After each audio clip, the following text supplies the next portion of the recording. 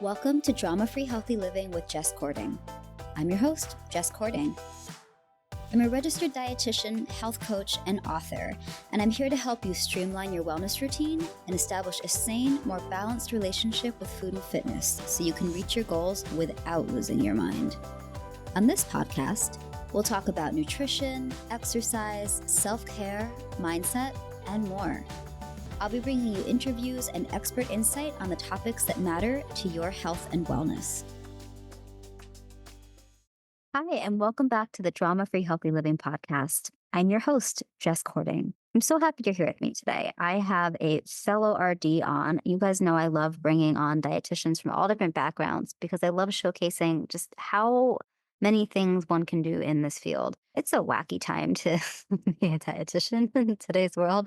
So I love featuring women who are kicking ass. And we have some dietitians out there as well. Not as many. I don't think I've had any dietitians or sorry, that's not nice. Any male dietitians on the show, but I think we need to change that soon. But anyway, I digress. Today I am chatting with none other than Deanna Wolfe. So Deanna and I don't remember how we first connected, but she and I have collaborated on a number of media projects, and she always brings such a refreshing perspective to the table. For those of you who don't know her yet, Deanna is a business coach and pioneer in the online health space, creating a loyal community of over 300,000 followers via Instagram and TikTok at Dietitian Deanna and her blog, dietitiandeanna.com. That's to date. I'm sure that, that will continue to grow. But she's also been noted one of the top 10 mental health podcasts, Deets, DEATS with Deanna, where her audience trusts her with sound, non-diet nutrition advice and health entrepreneur inspiration. She's also been featured as one of the most influential people in wellness of 2022 by Ness. She's dozens of coaches, nutrition, fitness, and health professionals grow sustainable online businesses through her online entrepreneur academy. And we talk a little bit about today her journey of developing and growing that program. We also talk about, her experience moving from a registered dietitian in a hospital to founding her own business, which started as a food freedom business. But she talks very candidly about what that experience has been like. I always appreciate when people share about the reality behind the scenes. Deanna's regularly featured in articles from Health Magazine, Today's Show, New York Post, and others, and speaks to a number of dietetic and entrepreneur-focused organizations. I think that you will get a lot out of today's episode, whether you're a dietitian or not. We also talk a lot about just the balancing work and life. We talk about mom guilt and managing family life and professional life. So I hope you enjoyed today's episode. Enough of me talking. Let's get to it. Deanna, welcome to the podcast. Jessica, I'm so excited. It was exciting when you asked me. I feel like we worked together in so many different ways in the media to then see you have your own podcast and that you're growing it. I think every dietitian needs a podcast. So I don't have a podcast business. I help a lot of women with their businesses, but it was really cool to get to be featured on another dietitian podcast. Yeah, I love featuring RDs on here because there's just, as we were talking about before we started recording, there's just so much that we can do in this field. And we're so much more than, giving out meal plans. Amen. And I think if people want a free meal plan from us, they want a quick fix. And that's not the type of people we want to help anyway. Right. Yeah, exactly. There's tons of resources for those people online. And, something I really appreciate about your work is that you have put, you do incredible work in helping women navigate food freedom and developing more intuitive eating approaches. But you also have done quite a lot in helping healthcare providers, and especially dietitians, really help them grow their businesses and empower them and just, help them step into that. And I'd love to hear a little bit about what drew you to the field and, what inspired you to take that direction. I never thought I'd work in food freedom because I struggled with an eating disorder myself. And it was so triggering when I was actually in school to be a dietitian. And I had to do 2 weeks at an eating disorder inpatient mental hospital. And I thought every day I would cry going in. I thought, this is too close to home. I can't help people in this way. And it's so funny now, years later, to realize I'm helping me 10 years ago, right? Like I am helping that population. So I started out like thinking I'd be a doctor. I decided after my eating disorder, working with dietitians, I went to the University of Pittsburgh and just fell in love with learning about nutrition like most dietitians do because we want to, I even say I wanted to learn the perfect diet for me to eat to excel in everything that I did. And then I did a bodybuilding show and I kind of started like a little side business then. People said like, "How'd you tone up?" And I was helping people count macros and I realized I don't want to be doing that. I don't want to be doing that with kids, my future kids. It's kind of unhealthy in general. Shifted into food freedom and helping women in that way. I still remember my first client. Her name is Olivia, if you're listening, and she was so inspiring to me, the changes she made, and I thought this is it for me, and I it truly lit me up. I created food freedom programs on the side, one-to-one and group, and then it became so successful and I was still working full time.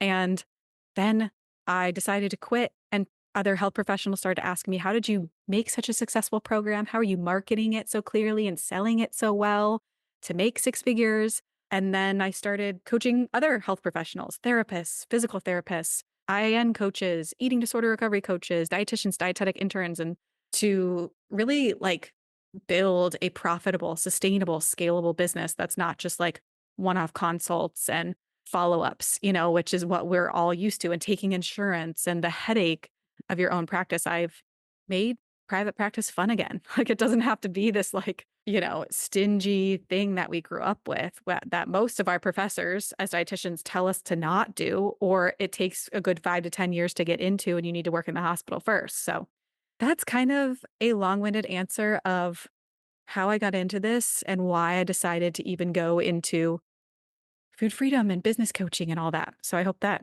helps paint the picture a little bit.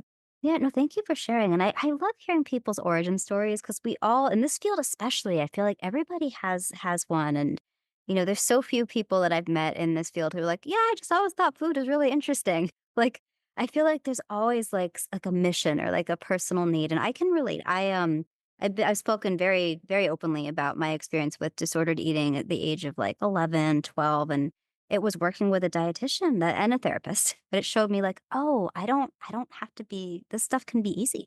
This doesn't have to be hard."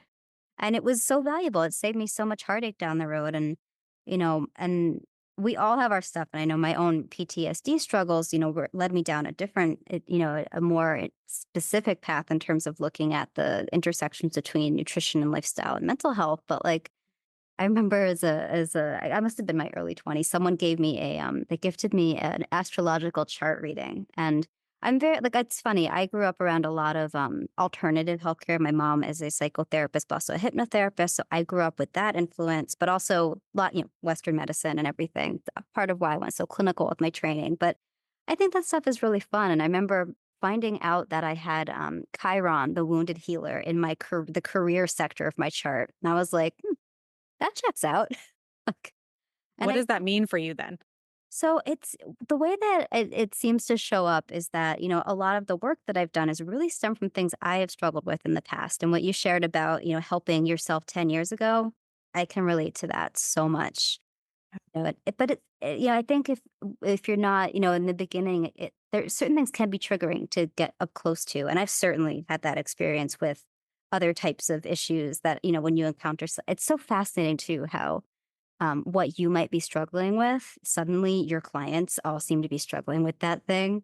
It's just and my clients who are therapists have told me that it happens for them as well. It's like some weird, uh, like Sometimes law I'm of the like, it's just universe. good marketing. When they tell me the exact same thing that I've like shared too, I'm like, maybe it's just good marketing. But a lot of times, yeah, I've had clients, I lost my period for 8 years, had hypothalamic amenorrhea, and or like when I became a mom and I didn't want to be an almond mom, so like all of those things, people are like, that was me too, and like once you put a name to it and other people can name it, that feels really good as step one. And then automatically they're like, well, if you can name it for me and I can realize what it is, maybe you can help me overcome it too.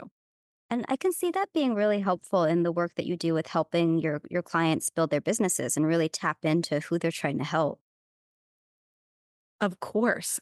I think no, I think if you're struggling with knowing who you want to help, that is everyone feels that way. So Right. almost nobody comes in to my start program with like, I know exactly who I'm going to help. I'm definitely going to help the person with, oncology or PCOS. So being able to nail down your life experiences, and maybe you want to work with type 1 diabetes and you've never had type 1 diabetes. That's okay too. We help you in that way, that regard, but a lot of times you have some type of reason why you want to go one way, and we just help really define it so that it's clear for that client who really does want to work with you.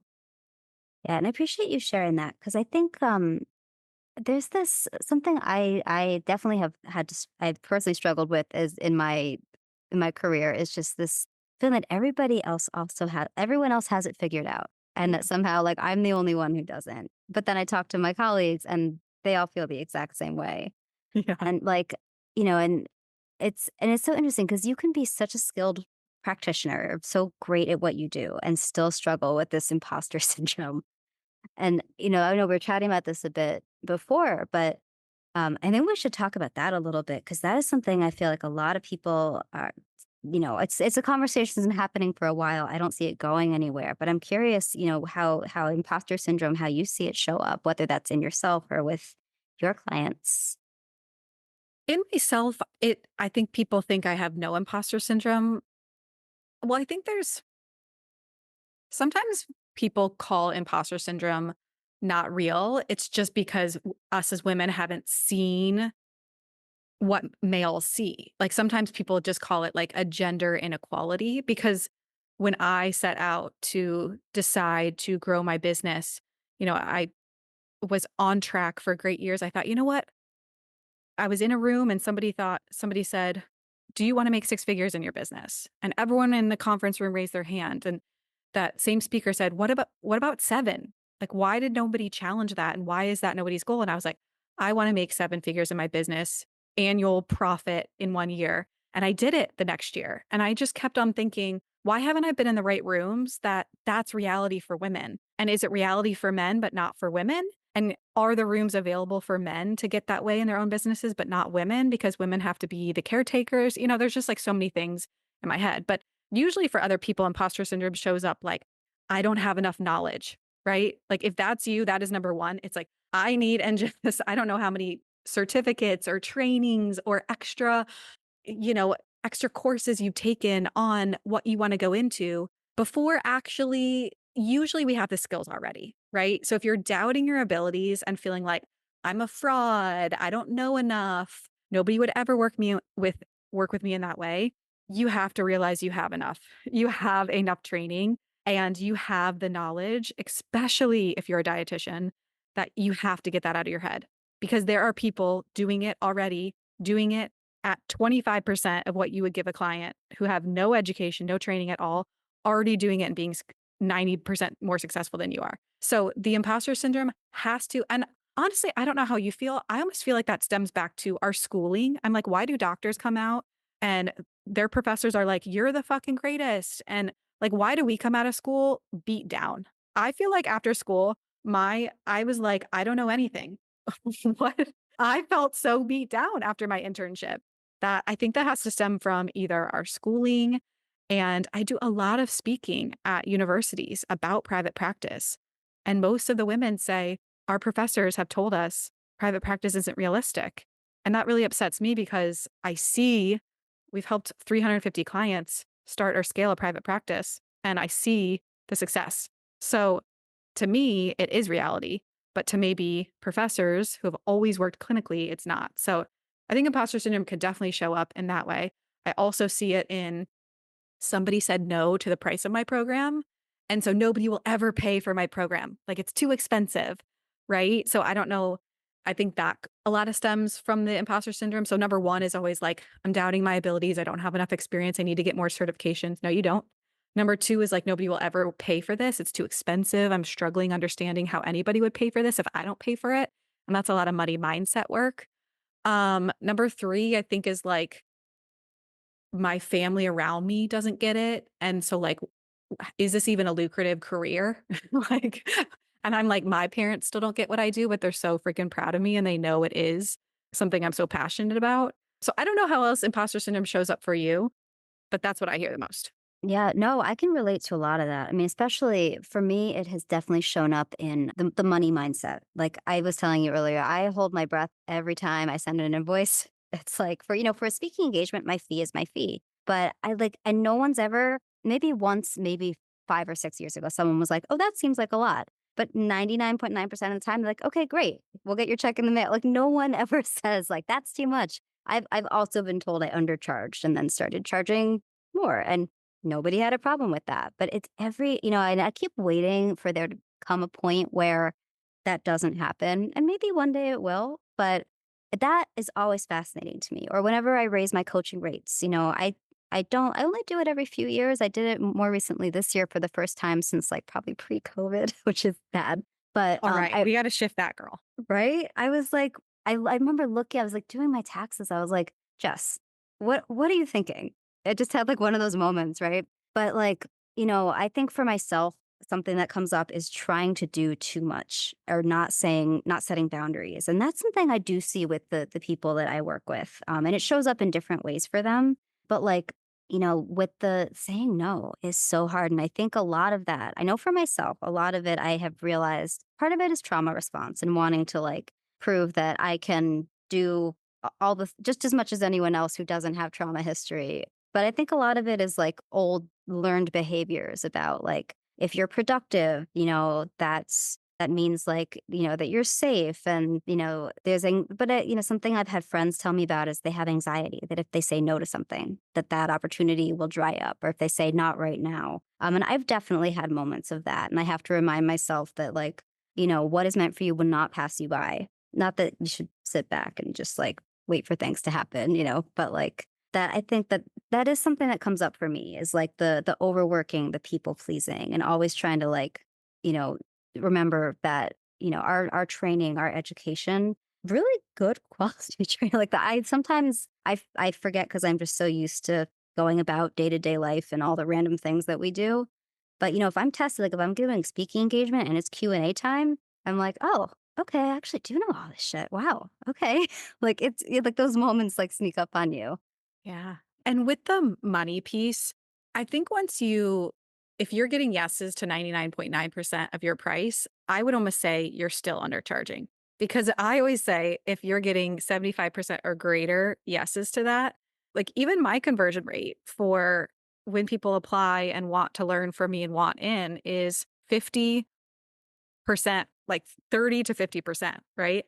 And that's a good close rate in overall close rates of sales process in general. So for me, which honestly in my scale program, ours is closer to 75%, but we truly have a price that we feel like gets the ROI. Almost everyone makes their money back in the program. Like it just feels really good right now. So I don't know if we're going to raise our rates, but I think I challenge my clients even in month like 2 of their business to raise their rates. Because after you have your first 2 or 3 clients, you've already built the confidence. So for you, if you're waiting like years and years, I'm Yeah, like, don't do what I do. raise it, $150 to $200 after your first 3 to 5 clients. And we do a lot of like income mapping, recurring revenue in my program. So it's like, wow, I can see the difference of just raising my price $200 and signing on, 3 clients at that versus what it was before. And I think truly, if you want somebody to have think about what you invest in. If somebody wants a $2,000 result, they're going to pay for a $2,000 product. If somebody wants a $25 result, they're going to pay for a $25 product and the result is going to suck, right? So we priced our programs differently. And when they're priced at a point, people put in the work and they're more likely to be so excited that they get a $2,000 result instead of a $500 result. Because most of the time, the price objections are for that $500 product because they just don't fully believe in the result that they're going to get. And wouldn't they rather have a $2,000 result anyway? It's like why you buy a MacBook instead of something else. It's like you want that thing that is the result of having the most expensive product. And thank you for sharing that because I think that's helpful for people who are not dietitians or, people who run their own business to hear that. Because I think it is something I have definitely seen with my own programs that when you are charging for what it's worth, people put in the time and the effort. And then when you don't, when I started though, oh my gosh, I was charging so little. A colleague of mine sat me down. This was like 10 years ago, but she was so brilliant. She was like, Jess, what you're charging, like people pay more than that for a mani pedi special on a Wednesday. You are not allowed to charge that little. And it changed my life. I was like, thank God she said that. But I think sometimes if we price things low, one, I think as a provider, it's like we're so burned out trying to churn it out and make it sustainable that we're not able to give good quality care or a good quality product or service. And, and I think if someone is going and they're expecting, the equivalent of a Wednesday mani-pedi special, like their expectations are low and their motivation is really low. And those are often the people who blow you off or don't follow through and then wonder why they don't see the results that they wanted, and it's something I've seen again and again. And a lesson I've certainly learned the hard way in my business. I wish you were in my orbit sooner than later. Right? Oh I my did. I gosh. started off with a $250 12-week macro package. So I get it. Oh, wow. Yeah. It's like, but wait, it's like everything's a learning experience, I guess. Yes, I quickly changed from that. Oh my gosh. And for when you were like deciding, because a conversation that's been coming up a lot in my orbit lately is the idea of pivoting and making a change in your business and your life. Was there a point for you where, and when you were, you started doing the business, well, you started doing the food freedom stuff, you started doing the business coaching, but you were working full time. Like, was there like an aha moment? You were like, all right, enough is enough. Or was it like you had a plan? You're like, all right, I'm going to get to this point, then I'm going to go quit the job. Like, what was that like for you? No plan. And if you're listening and you're like, I need a business plan, uh, no, you don't. There needs to be some action taking. And I think probably the other imposter syndrome thought I hear all the time is like, I'm a perfectionist. I need it all planned out. And how would I ever get there? Right. Like, I every day have to throw my perfection out the window and say, I'm an action taker today. Nothing needs to be perfect. See work is what's going to get done today. And I'm going to take action and embodying that personality versus a perfectionist. So I've overcome, I really do. I'm a perfectionist at my core, but nothing I do is perfect anymore. And that's what's gotten me success, truly, is being less of a perfectionist and more of an action taker every single day. How can I take one little step today? So for me, yes, I pivoted twice. I pivoted from macros to food freedom. I pivoted, I was working full time. I quit 3 years ago in August. So like 3.5 years ago. Didn't really have a plan for that either. I knew I needed support right after. So I hired on like somebody to help me at that point in my business right after I quit. And then more of the pivot into the business coaching was really just a lot of the people in my business. For me, like food freedom is my why I started all this. I want to help women in that way. But then my team was like, and we have a team of 12 now. They were like, why aren't we focused a little bit more here and creating kind of a little bit of a different realm for food freedom? And I was like, all right, I guess I can do that. And it took some therapy, but now I get to help women in such a more broad way that it's not just helping the end user with, the population with food freedom, which lights me up still every day, but it's like helping more health professionals help more people with food freedom, PCOS, mental health, physical therapy, postpartum core work, like, and to be able to make a bigger impact. So for me, it really was like seeing the silver lining of it's okay to change. And when my clients want to pivot, I hope this is kind of making sense still. Yeah. But No, I love that. I think that's a message a lot of people need to hear, that it's okay to change. I think people's they yeah, wrap up their identity in what they do or what they think that they're known for, and it makes it really scary to change. definitely. And it can feel like turning a whole ship at times. But when you have a deep core feeling, and you might just be starting your business, right? Or you might be in this kind of pivot where I'm like, come work with me because I've done a lot of pivoting and I can help. But I think it's like when you first get started, you might not be super passionate about one thing, but deciding on one thing and learning the skills to sell one thing can expand that then for you to be able to sell other things in the future. So I do think you have to focus on one thing to start, even if it's, you know, what's an example? I keep on coming back to PCOS or like track athletes, focus on that one thing, and then you can broaden after that. But you can't start broad and expect everyone to want to work with you and bang down your door. You have to start with that like one niche. And we talk about sub niching. So track athletes who are also moms, right?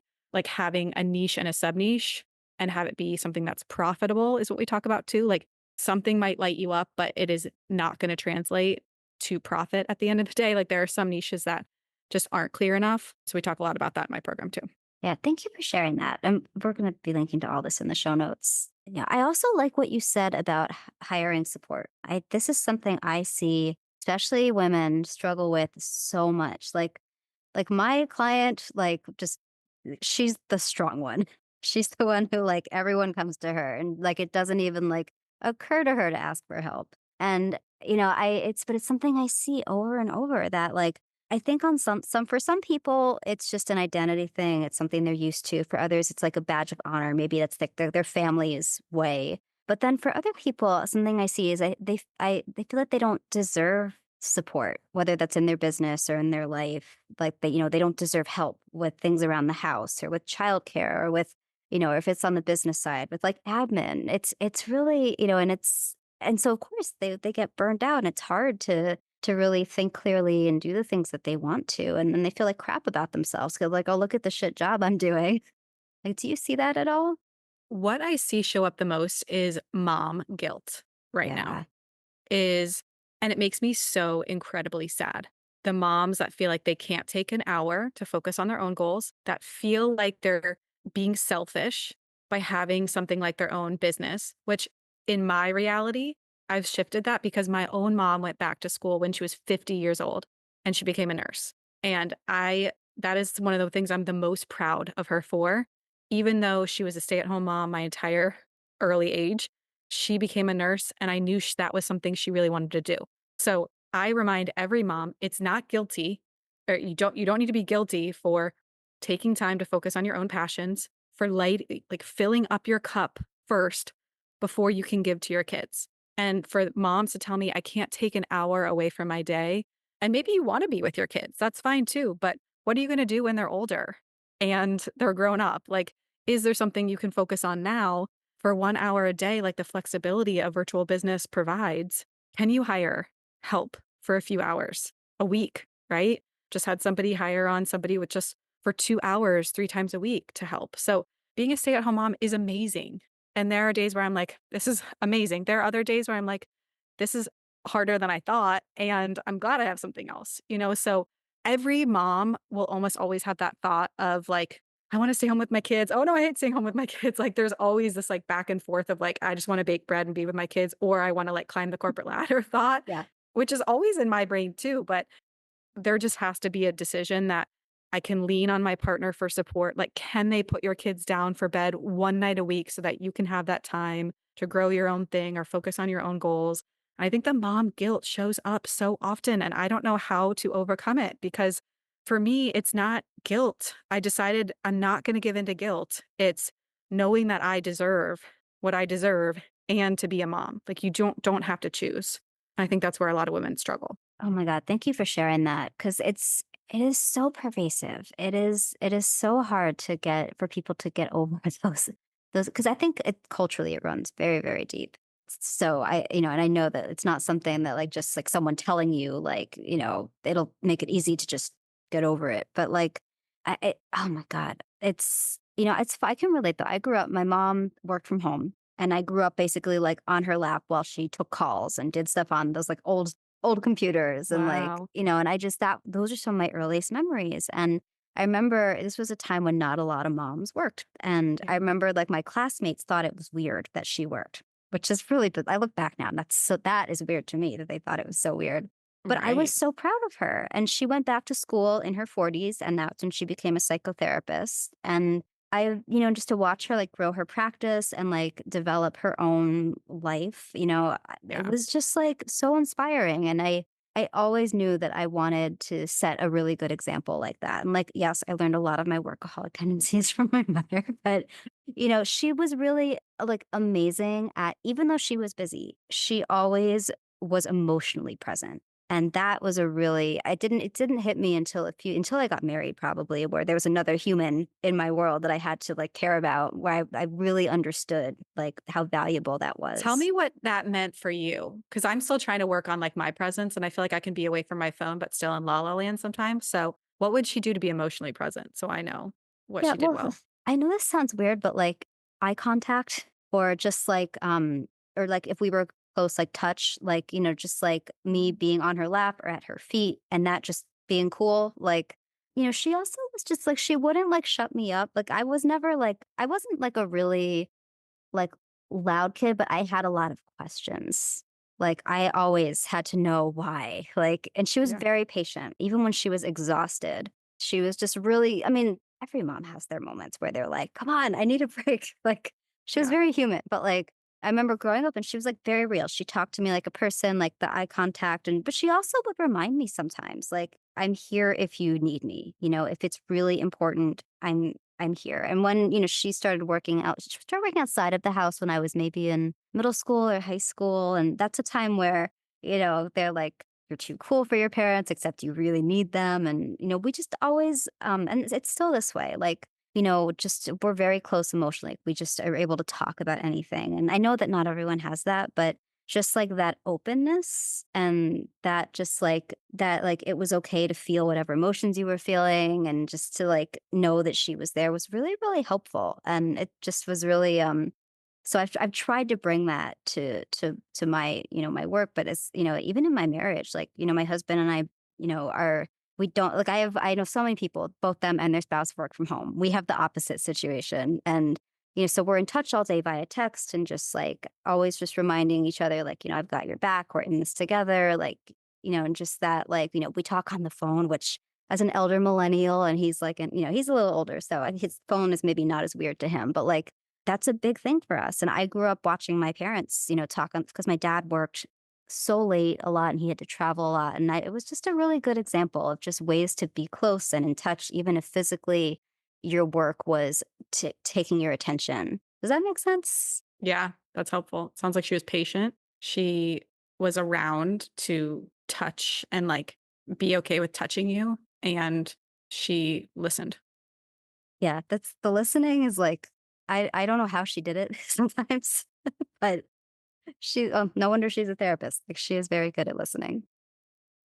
And the stuff that, you've been sharing is just so I think is going to be so helpful for our listeners to hear cuz I just think sometimes people feel like they are the only one who like doesn't have it figured out or they don't know what they want to do or they feel like everyone else is like light years ahead of them.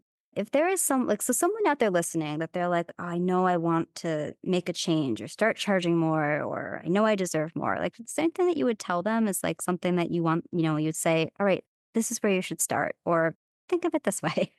I think it like the charging more thing, think about your uncle who's a lawyer. Is he gonna give it to you for free just because he's your uncle? Or I always say, like, will you let them love you? Will you let them pay for your services so that they can show, like, you are worth it to me and I believe in what you're doing? So let that person love you, even if they're a cousin's friend or whatever. And think about that. If I was a lawyer, would I still be paying for this? Probably because I need the support so much that I wouldn't just expect it for free. So why are you trying to sell your services for free when you would pay somebody else in a different expertise for the money, right? So the money thing, yes, you should charge your worth. Yes, you're going to get no's, but there's going to be somebody that says yes. And that's like the happiest day of your life, too, right? Where you're like, wow, I did this and I made it possible. If you're thinking about shifting, I always think about where do I want to be in 5 years? Do I still want to be talking about the same thing? If not, I need to do the hard work and decide it's time for me to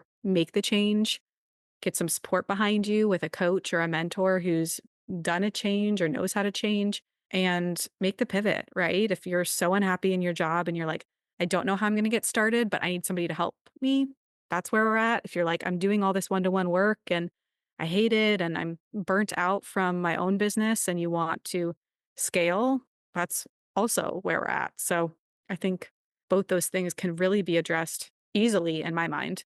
Not that you don't need to work on them every day, but you can't just like throw them on the back burner and expect them to go away. Thank you for sharing that. I really appreciate that. And the comment about the back burner is amazing. And it reminds me like something I've had to learn in my own career is when I was younger, maybe this is my Sagittarian side, but I would get to that point of starting to feel like restless and ready for a change. And then my impulse was always to just like burn it all down. instead of being like, all right, what's working, what's not working? How can I just remember like when I finally realized I'd been doing that all those years, I was like, oh, all right, well, it's not too late to learn a new way of doing things. Yeah, of But thank you for sharing that. And I know we've been course. talking about your programs and, the coaching that you do. And for people who are interested in learning more about your work, what's the best way for them to do that? Check it out on social media. I mean, we have my website, dietitiandeanna.com, and you can go under programs.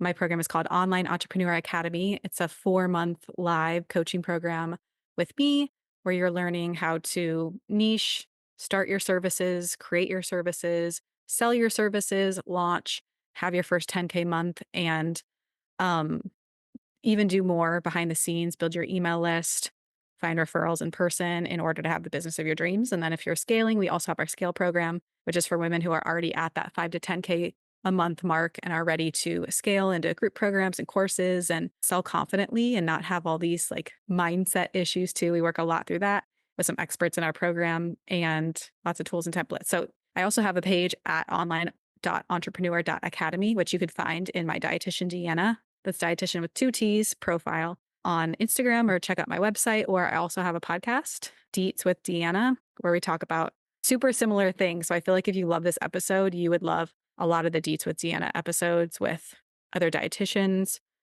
who are successful, who never thought they'd be successful, physical therapists, CrossFitters, so many different backgrounds. Amazing. And we will be linking to all that in the show notes to make it super simple for people to find. And thank you for reminding us how to spell dietitian. This is like one of the, oh my God, like it's not a hill I thought I'd want to die on, but it comes up all the time. I know. I just saw the meme of like, I never thought I'd spend so much of my career defending bananas, and I feel that to my core as well. Just talking with someone about that the other day. Every freaking day. It's I know. just, wow. We need to give bananas the avocado treatment, you know? Blending bananas, they're toxic. It's in any way bananas. Oh, the things we're doing with our degrees. Um, So, Deanna, Of thank you so much for coming on the show today. It's been such a joy course. talking to you. I have It one was. question I ask Yes. everybody. And okay, so there is, we hear about wellness, healthy living. I know these are very like, overused terms, but Yeah. what I love about exploring this is just it can look so different from one person to the next, one day to the next. So, my question for you today is just, Deanna, today, at this moment in time, what does healthy living mean to you? To me, it's not being perfect. It's really the ebb and flow of allowing my body to be what it needs to be since I'm, 8 months pregnant right now too. It's just like allowing me to ebb and flow with each stage of life and knowing that my body might change, my diet might change, whether I'm eating just beige carbs or, I need to supplement with extra iron right now. I think it's just like letting the ebb and flow be and not kind of just like a one size fits all. It's really healthy living is freedom to me of like getting to do what I want. Yeah. Thank you so much for sharing that. That is beautiful. And I love that. So thank Of you. course. It's been a pleasure. I'm so happy I was here. Yeah. And I'm so glad we could finally do this. And all of you guys who are out there listening on your devices, I don't know, maybe you're out for a walk, doing the dishes, taking some much needed you time. I hope you enjoyed this episode. If you like what you hear, pop on over to Deanna's podcast and subscribe. If you are enjoying this episode, I would also love if you consider leaving us a 5-star review on Apple Podcasts. They do matter and help me continue to bring you great guests like Deanna. So, as always, guys, have a wonderful day and we'll talk soon. Thank you for listening to Drama Free Healthy Living with Jess Cording. We'll see you next time.